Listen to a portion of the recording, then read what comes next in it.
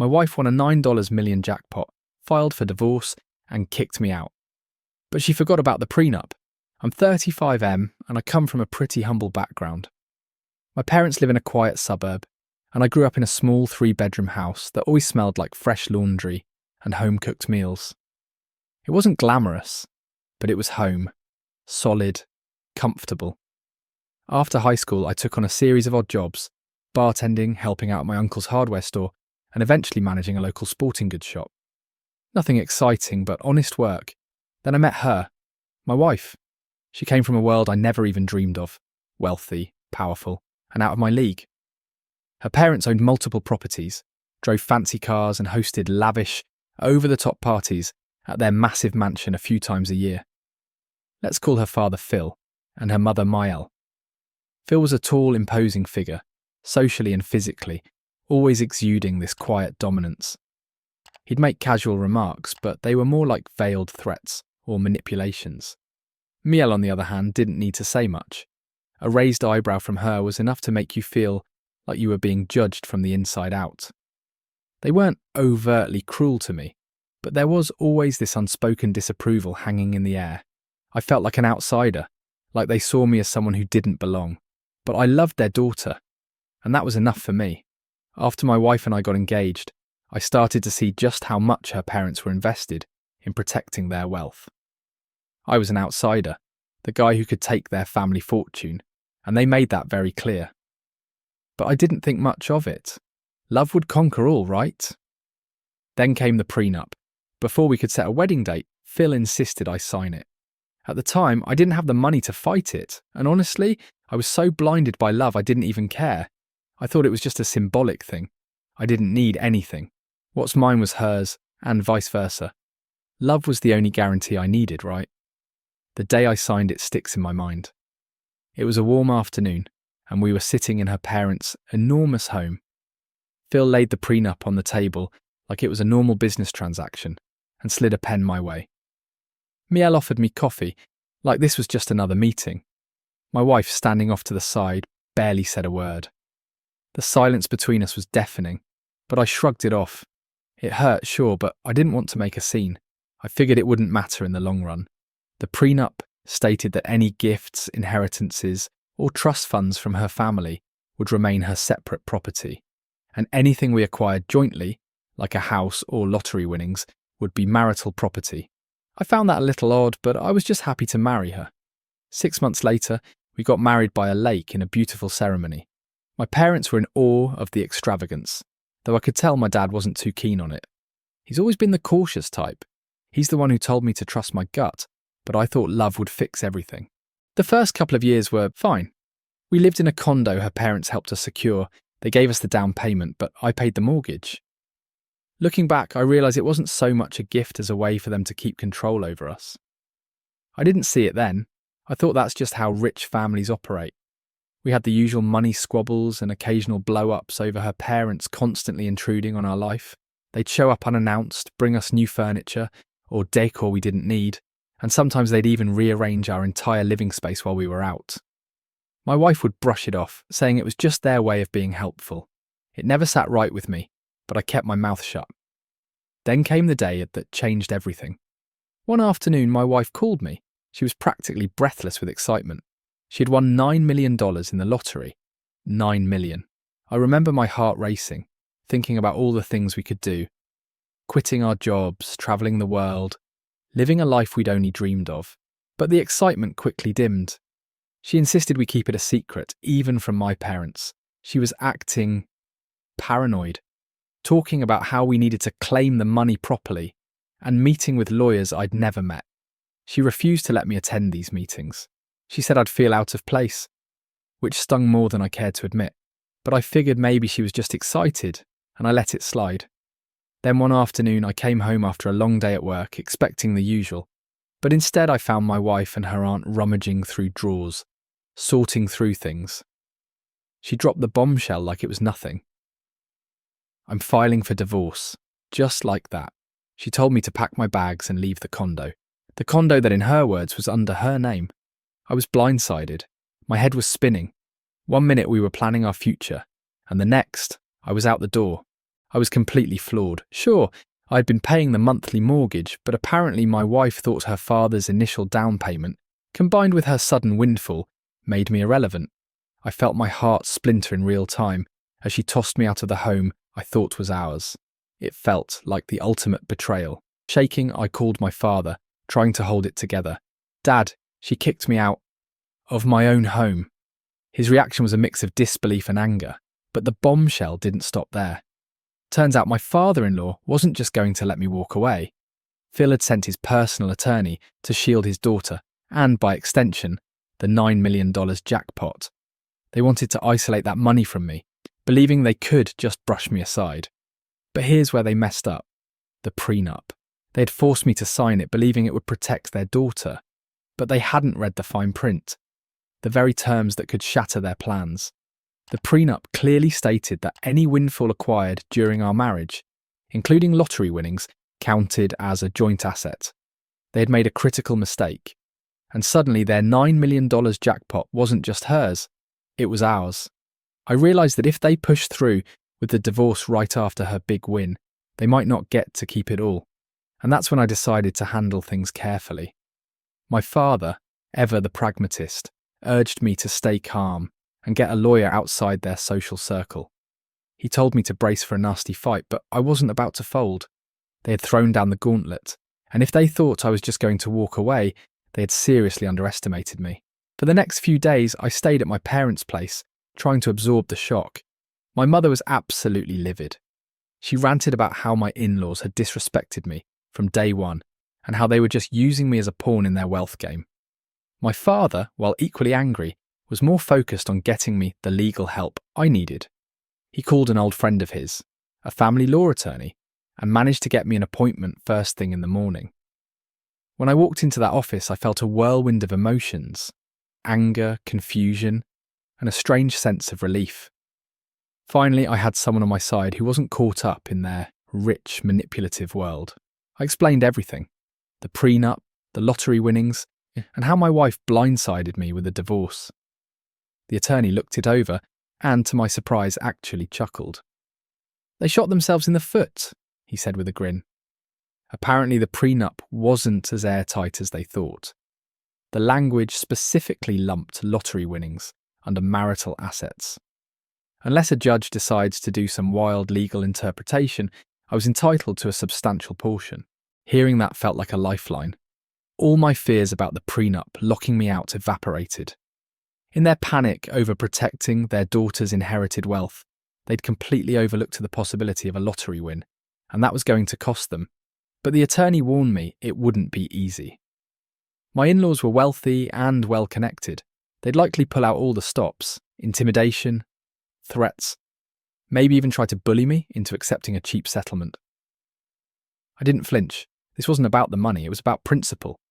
They thought they could push me around and walk all over me. But if they thought I was going to take this lying down, they were in for a fight. Within a few days, I got my first taste of their retaliation. Phil left me a menacing voicemail. His voice was dripping with contempt as he told me to back off because I didn't deserve anything from his daughter. He warned me that if I tried to claim any of the lottery winnings, he'd make sure I ended up with nothing. I wasn't intimidated. My lawyer advised me to document everything: every phone call, every message, every threat. It wasn't long before Miel stepped in. She cornered me outside my parents' home, offering me a generous sum to just disappear. The amount was laughable, not even enough to cover half of the mortgage payments I'd made. She tried to paint it as a good deal, as if I should be grateful. I refused. "We'll see each other in court," I said, standing my ground. She scoffed and walked away, clearly baffled by my defiance. I'm guessing she'd never encountered anyone who wasn't willing to take her money and run. With negotiations dead in the water, my lawyer filed motions to stop my in-laws from hiding or transferring the lottery winnings. That's when the real smear campaign began. My in-laws started spinning a narrative about me, calling me a gold digger, saying I had been preying on their innocent daughter. They tried to turn everyone against me, but I wasn't backing down. My boss, the owner of the sporting goods store I managed, had my back, brushing off any attempts from my father-in-law to meddle with my job. Some of my friends took sides. Some thought I was being petty, but others applauded me for not folding. The tension was suffocating, but I wasn't about to cave. I'd come too far. After weeks of fruitless negotiations, we finally got a court date. But my wife? She was nowhere to be found. It was like she had disappeared into thin air, hiding behind her parents' legal team. Every communication with me was funneled through her lawyers, who painted me as the leech who had contributed nothing to the marriage. My lawyer had everything lined up: financial records, bills, and the exact clause in the prenup about windfalls, clearly stating that any major lottery wins during marriage were marital assets. We also had proof that I'd been violently thrown out of our condo. The judge ordered us to prepare for a formal hearing on the asset division, and the tension only escalated. In one final act of intimidation, my father-in-law tried to threaten my boss again. But my boss, he told Phil to get lost. That was the fuel my father-in-law needed to ramp up his anger even more. My lawyer remained calm. "We need to play this carefully," he warned, "but I'm confident a judge will see right through their scare tactics." I wasn't so sure about the carefully part. This was a war at this point, but at least the law was on my side thanks to the very prenup my in-laws had forced me to sign in the first place. As the hearing approached, the tension was unbearable. My wife still avoided any direct contact with me. Her lawyers, however, were relentless. They pushed motions, trying to argue that the lottery winnings were separate property because my wife had bought the ticket herself. They ignored the prenup's clear language that said all major windfalls during marriage were marital assets. Meanwhile, my father-in-law had taken to smearing my reputation among mutual friends and business contacts, telling anyone who would listen that I was a gold digger, that I'd married his daughter only for her money. But here's the thing. No matter what they said, I had the receipts. I had bills proving how I contributed to our shared life. Utilities, groceries, even partial mortgage payments. I was not the villain in this story. My lawyer and I spent hours poring over the prenup, making sure we had every word nailed down. We found a key sentence that the in-laws definitely overlooked. All financial windfalls, including but not limited to lottery or game show winnings, shall be considered marital assets unless expressly designated otherwise. That was their back door, the one they forgot to close. A week before the hearing, we had a preliminary status conference. My wife walked in with her parents, their legal team, and even a financial advisor, everyone trying to intimidate me. They looked down on me, expecting me to crumble, but they didn't count on my lawyer calmly producing the prenup and reading the exact clause about lottery proceeds. The judge seemed unimpressed by their attempts to dismiss it. He ordered that all substantial assets, including the jackpot, be frozen until the main hearing. That same afternoon, my mother-in-law cornered me outside the courthouse, practically shaking with anger. She insisted we talk like adults, offering a sum that was laughably low, even less than the initial offer. "You should be grateful," she said, practically spitting out the words. "This is generous for someone like you." I refused again, standing firm. "We'll let the judge decide," I said, my voice steady. She scoffed, the hypocrite. She was destroying the family? She was the one who blindsided me with a divorce. But I bit my tongue. My lawyer had warned me not to get into heated exchanges that could be twisted in court. So I stayed cool, even as my blood boiled inside.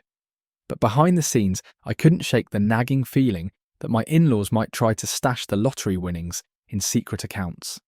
My lawyer was ahead of the game, requesting court orders to prevent any large transfers. We even arranged for a forensic accountant to dig into their finances if they tried to hide anything. The harassment didn't stop. Phil left me a voicemail calling me a vulture and accusing me of draining the love out of his daughter's life. Hilarious considering he was the one who threw me out of the condo the moment they got their hands on that jackpot. As the hearing drew near, I prepared like it was a final exam. My attorney and I rehearsed my statement. I had copies of the prenup, receipts for every contribution I'd made, and even text messages where my wife had acknowledged our joint bills. My lawyer advised me to keep it simple. Let the evidence speak for itself. If they tried emotional theatrics, we'd counter with cold, hard facts. The morning of the hearing, I was a bundle of nerves, but I had my parents with me for support, even though they waited outside the courtroom. When I stepped in, I saw my wife sitting stone-faced beside her father, both of them exuding that same air of superiority. Her mother was standing at the back, arms folded like she was somehow above it all. My father-in-law's lawyers, dressed in their polished suits, exuded confidence. They probably thought money and legal muscle could overpower the facts, but they were mistaken. The judge, stern and no-nonsense, wasn't going to be swayed by their intimidation tactics. She wasted no time and invited each side to present their arguments. My wife's lead attorney immediately tried to frame me as a minor contributor who'd barely lifted a finger, just occupying the same living space. They argued the lottery ticket purchase was my wife's personal transaction, bought with her own money, and that I had no claim. But my lawyer calmly produced the prenup, which explicitly stated that any major windfall during the marriage was to be treated as marital property. Then we introduced the bank records showing my wife had used our joint account to purchase the ticket that day. That was the moment I saw it, the first crack in my father-in-law's impenetrable facade. They were clearly rattled. The judge, ever sharp, asked them if they had any evidence that contradicted the account records. They fumbled. One claimed the card was accidentally used. Another argued that my wife's father had made a deposit into the account that day. But the bank statements told a different story. The account was jointly owned. The judge's gaze shifted to them, sharp and expectant. She wasn't buying their story. Then my wife spoke up. She claimed she didn't want to hurt me. She said it with a shaky voice, as if trying to convince herself more than anyone else. She admitted that her parents had pushed for the divorce once the jackpot arrived, all in the name of protecting family assets. She stumbled over her words, but in the end, she admitted that she hadn't consulted me before making these decisions. The judge's disapproval was palpable. It wasn't lost on anyone in the room that she was less than impressed. By midday, it was becoming clear that the prenuptial agreement was a double-edged sword for my in-laws. The very document they had used to isolate their wealth from me was now the very thing that ensured a massive chunk of that lottery win would be in my hands. The judge scheduled a follow-up hearing to finalise the decision. She was leaning toward treating the lottery winnings as marital assets, subject to equitable distribution. That was a major win for me. As I walked out of the courtroom, my father-in-law muttered under his breath, "This is far from over." But I could see it in his eyes. His confidence was cracked. In the weeks leading up to the final ruling, things got ugly. My father-in-law's lawyers filed motions to reconsider the prenup's wording, claiming it wasn't meant to include lottery winnings. The judge shot these motions down quickly, pointing to the clear, unambiguous language of the agreement. But my mother-in-law wasn't done yet. She cornered me outside my parents' house, trying to guilt-trip me into saving the family. She offered a low sum, once again trying to buy me out for pennies. I flat out rejected it. And then my wife tried reaching out. She left me emotional voicemails, asking me to reconsider. She said she didn't want everything to end so bitterly and suggested we settle privately, that maybe we could salvage some relationship. I'll admit part of me wanted to hear her out, but the truth was, after everything, the intimidation, the lies, the forced eviction, my trust in her was completely shattered. The damage was done. My lawyer advised me not to engage in these emotional back-channel talks. We had a strong legal position, and I wasn't about to settle for scraps after they tried to play me like a pawn. Finally, the day of the final hearing arrived. The courtroom was packed with attorneys for both sides. My father, mother, and a few close friends showed up for moral support, though they stayed quietly in the back. The judge took her seat, reviewed the updated filings, and allowed each side to make final statements. My father-in-law's lead lawyer took one last swing, trying to paint me as a cunning opportunist who had only figured out the prenup loophole after the jackpot hit. But my lawyer was ready. He calmly laid out the facts. 1, they forced me to sign the prenup. 2, the prenup explicitly included lottery winnings as shared property. 3, my father-in-law had financed part of our condo, but I'd contributed monthly, so it wasn't a completely separate asset either. On top of that, the timing of the divorce filing, right after the lottery win, was too convenient to ignore. It was clear that they were trying to isolate me from the windfall. The judge listened carefully, her expression unreadable. Then she delivered her ruling. She declared the lottery winnings were marital assets, citing the prenup's explicit language. She criticised my in-laws for trying to twist an agreement that they themselves had drafted to shield their wealth. The look on my father-in-law's face was priceless. His confidence was shattered. The final ruling was handed down, and it felt like the world had finally righted itself, even if just a little. The judge didn't stop at ruling the lottery win as marital property. She also found that my wife's immediate eviction of me from the condo was unreasonable. I was entitled to reimbursement for my portion of the mortgage and other marital contributions. In short, I was awarded a substantial percentage of the $9 million lottery payout, plus the money I had invested in the condo.